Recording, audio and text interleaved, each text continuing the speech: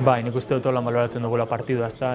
Nik uste dut hasieran batez be lehenengo ordu erdian dominatzen urten garela, nik uste dut guretzako garrantzitsua zala, ez? Azkenengo partiduetan nik uste dut kostatu zaigula partidua dominatzen hastea eta gaurkoan nik uste dut lortu dugula. Aukera argiak aukin ditugu, ezin izan dugu markagailuan aurretik jarri eta bueno, gero bigarren zatian eurek etxean jokatzen dute eta normala da pausu bat aurrera egitea eta guri kostatu zaigu agian hasieran bigarren zati hasiera horretan partiduan ondo sartzea eta bueno, eurek aukera nahiko garbiak aukin dituzte. Baina bueno, nik uste duzuk esan duzun, azkenean puntua justua da eta azkenean porteria hutsean mantentzeak puntua aseguratzen dutzu. Bai, egia esateko lehen esan duguna, azkenean golik ez jasotzeak azkenean puntuak aseguratzen dituzu eta horretan saiatu behar gara eta momentuz ondo irtetzen ari da faseta horretan, ezta? Badakigu gauzak hobetzeko daudela, baina azkenean olako estadio baten olako aurkari baten aurka porteria hutsean mantentzea nik uste garrantzitsua dela eta baloratzekoa.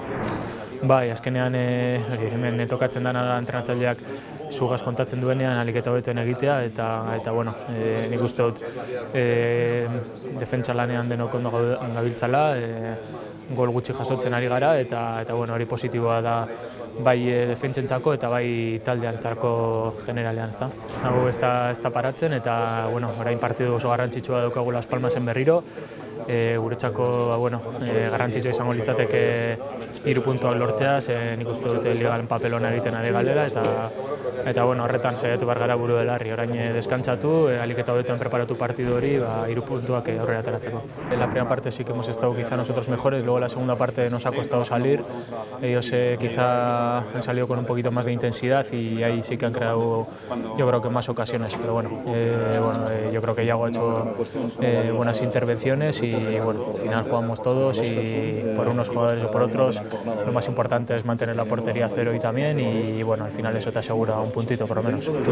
Bueno, al final esto es lo que hay que hacer es cuando te da el míster la oportunidad intentar hacer lo mejor posible para seguir contando con su confianza y yo creo que en líneas generales en defensa estamos haciendo buen trabajo todo el equipo y yo creo que eso es importante porque nos da confianza a todos para seguir trabajando.